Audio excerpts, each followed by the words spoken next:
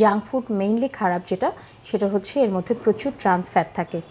এই trans fat আপনার শরীরে অনেক ধরনের ডিজিজ তৈরি করে ফেলে, হার্ট থেকে শুরু করে, যার কারণে ইয়াং এজে আমরা বলি না 22, 23, 27, 28-এ মানুষজন এখন স্ট্রোক বা হার্ট অ্যাটাকে মারা যাচ্ছে।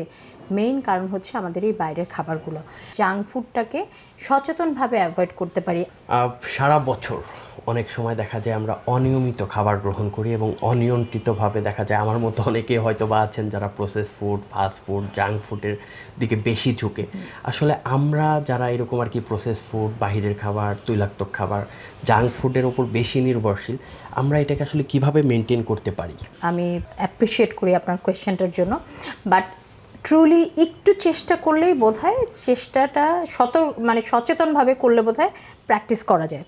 তো আমি যেটা বলবো যে জাঙ্ক ফুড হয়েছে কি আমাদের না মুখের টেস্ট বাডি চেঞ্জ হয়ে গেছে। আপনি দেখবেন এখনকার জেনারেশন পিঠা পছন্দই করে না, ওরা পছন্দ করে বেকড কেক, ব্রাউনিজ, তারপরে হচ্ছে যেগুলো হচ্ছে বাকলাভা, এই ধরনের খাবার। বিকজ পিঠার সংজ্ঞাটাই, ডেফিনেশনটাই এখন চেঞ্জ হয়ে গেছে। আমাদের ছোটোবেলায় যখন ছিল এক একটা পিঠার গন্ধ আমরা আলাদা করে বলতে পারতাম, যেটা এখনকার জেনারেশন ম্যাক্সিমামই পারে না এবং আমি দেখেছি পছন্দও করে না। সো পিঠার ঐতিহ্য কিন্তু চলে যাচ্ছে আমাদের। এই যে বাইরের খাবারের যে অভ্যস্ততা, এখন বাচ্চা তো পেট থেকে অভ্যাস নিয়ে জন্মায়নি, রাইট? আমরা অভ্যাসটা তৈরি করছি। সো এখানে কিন্তু আমার ভূমিকা অনেক বেশি, বাসার যারা বড়, যারা লিডিং রোলে আছেন তাদের ভূমিকা অনেক বেশি। তো আমি এটাই বলবো যে আমরা যারা বাইরেও কাজ করি জাঙ্ক ফুডটাকে সচেতনভাবে অ্যাভয়েড করতে পারি। আমরা যখন একটা খাবারের দোকানে যাই বা রেস্টুরেন্টে যাই, শুধু কি জাঙ্ক ফুড থাকে? সেখানে ফ্রেশ খাবার থাকে না, থাকে কিন্তু। আপনি দেখবেন এখন সটে ভেজিটেবলের সাথে একটা চিজ বেকড পাস্তা, যেমন আমরা বলি ভাজার চেয়ে বেক করা জিনিস ভালো। সো ভাজা জিনিসটাতে যত পরিমাণ ট্রান্স ফ্যাট থাকে তার চেয়ে যেটা বেক করা, যেটা ওভেন বেকড, সেটা কিন্তু আপনার কম ক্ষতিকারক আপনার শরীরের জন্য। তাহলে আমি যখন মেনু একান্তই যদি আমাকে খেতে হয় অথবা খেতে যেতে হয় বা ইচ্ছা হয়, তখন কিন্তু আমি একটু চুজ করতে পারি যে আমি কোন খাবারটা চুজ করবো, রাদার দেন ভাজা খাবারের চেয়ে বেকড খাবারটা চুজ করব। জাঙ্ক ফুড মেইনলি খারাপ সেটা হচ্ছে এর মধ্যে প্রচুর ট্রান্স ফ্যাট থাকে।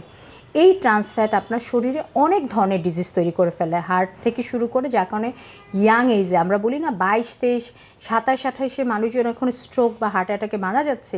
মেইন কারণ হচ্ছে আমাদের এই বাইরের খাবারগুলো। ট্রান্স ফ্যাট হচ্ছে আপনার শরীরের ভেতরে বিভিন্ন জায়গায় ক্লট তৈরি করে ফেলে এবং রেগুলার যে ব্লাডের চলাচলকে প্রতিহত করে।